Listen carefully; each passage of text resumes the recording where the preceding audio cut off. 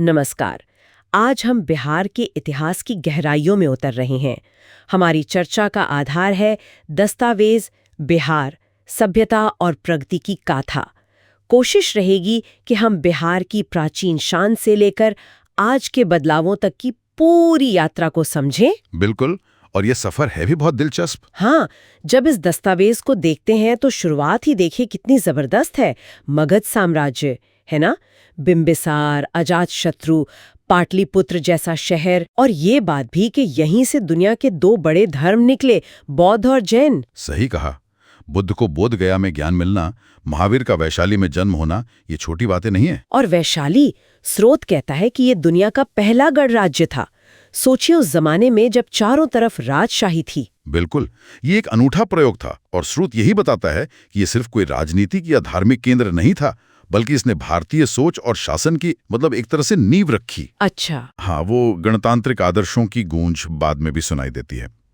फिर आता है गुप्त वंश का दौर, जिसे हम स्वर्ण युग कहते हैं। हाँ, उत्तर भारत का स्वर्ण युग। जी। और स्रोत याद दिलाता है कि आर्यभट्ट जैसे विद्वान, गणितज्ञ, खगोल शास्त्री वो इसी धरती से थे। तो ये जो बौद्धिक परंपरा है वो काफी पुरानी और गहरी है। हाँ, और ये चीज मध्यकाल में भी रुकी नहीं। शेरशाह सूरी का जिक्र है स्रोत में, सासाराम वाले। जी जी। हम अक्सर उन्हें बस एक शासक या योद्धा समझते हैं, पर दस्तावेज उनके प्रशासनिक सुधारों पर जोर देता है। वो ग्रैंड ट्रंक रोड वाली बात। हाँ, जीटी रोड, वो सिर्फ एक सड़क नहीं थी। स्रोत बताता है कि वो व्यापार और शासन को जोड़ने का एक जरिया बनी, जिसका असर मुगलों तक रहा। बहुत दूरगामी सोच थी। बिल्कुल। अच्छा, अब थोड़ा आगे बढ़ते हैं आधुनिक भारत की तरफ। स्वतंत्रता संग्राम में बिहार का रोल तो बहुत ही अहम रहा है ना? बहुत अहम। स्रोत भी यही दिखाता है। 1912 में बंगाल से अलग होकर बिहार प्रांत बना। और फिर देखिए, डॉक्टर राजेंद्र प्रसाद जैसे बड़े नेता यहीं से निकले। भारत के पहले राष्ट्रपति बने। जी। और ये सिर्फ ऊपर के नेताओं की बात नहीं थी, जमीन पर भी काफी हलचल थी। स्रोत ये बात साफ करता है। जैसे 1857 में कुंवर सिंह। हाँ बिल्कुल। और आजादी के बाद जयप्रकाश नारायण, जेपी, उनका संपूर्ण क्रांति का नारा।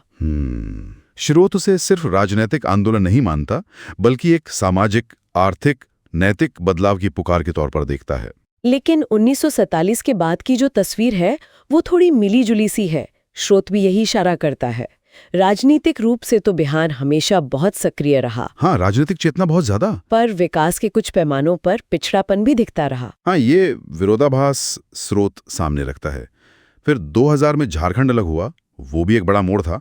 हाँ। और आधुनिक राजनीति के जो चेहरे हैं, लालू प्रसाद यादव, नीतीश कुमार, रामविलास पासवान, स्रोत उनके प्रभाव का जिक्र करता है कि कैसे उनके समय में सामाजिक न्याय और विकास के मुद्दे राजनीति के बीचों बीच आए। हाँ, उनके तरीकों और नतीजों पर बहस हो सकती है, और स्रोत कोई पक्ष नहीं ले रहा, बस विश्लेषण दे रहा है। और आज की बात करें तो स्रोत चुनौतियों को भी मानता है और प्रगति को भी। बिल्कुल। देखिए, गरीबी है, बाढ़ की समस्या हर साल आती है, पलायन एक बड़ा मुद्दा है। ये सब गंभीर चुनौतियां हैं। सही। लेकिन साथ ही स्रोत ये भी दर्ज करता है कि हाल के सालों में बुनियादी ढांचे में, जैसे सड़कों में, बिजली में, शिक्षा में, डिजिटल गवर्नेंस में सुधार हुए हैं। हाँ, ये दिखता भी है। और एक बात जो मुझे दिलचस्प लगी स्रोत में, वो है बिहार के युवाओं की सफलता। यूपीएससी हो, आईआईटीज हो, या फिर कला, साहित्य, नए बिजनेस। हाँ, ये नई पीढ़ी की ऊर्जा है।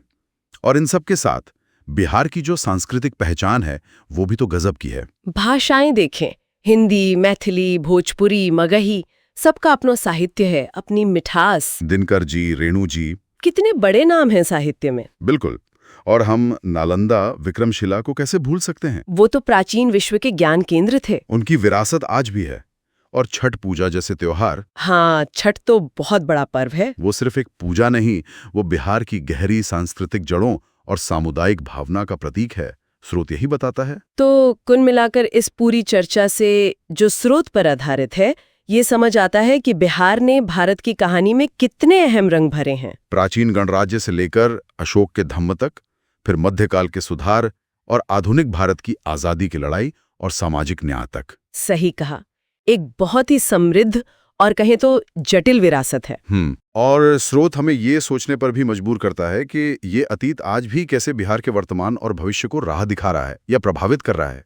हाँ, जैसे नालंदा के ज्ञान की खोज या वैशाली के मूल्यों की बात या जेपी की क्रांति के सवाल। जी, ये सब आज भी कहीं ना कहीं मौजूद हैं।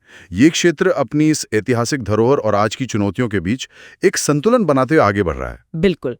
और इसी विचार के साथ हम आज की ये बातचीत यहीं रोकते हैं। श्रोताओं के लिए बस एक सवाल छोड़ जाते हैं कि इतिहास की इतनी गहरी जड़ें, इतनी अलग-अलग सांस्कृतिक धाराएं और आज की नई ऊर्जा, इन सब को साथ लेकर बिहार भविष्य में अपनी एक अलग पहचान और संभावनाओं को और कैसे निखार सकता है। सोचने वाली बात। वंदे मातरम।